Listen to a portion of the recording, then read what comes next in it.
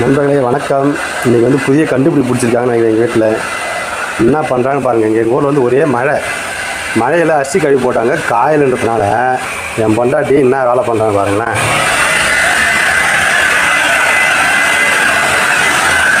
நீங்கள் பாருங்க, ட்ரையரை வச்சு என்ன பண்ணுங்க. என்ன பண்ணுறீங்க?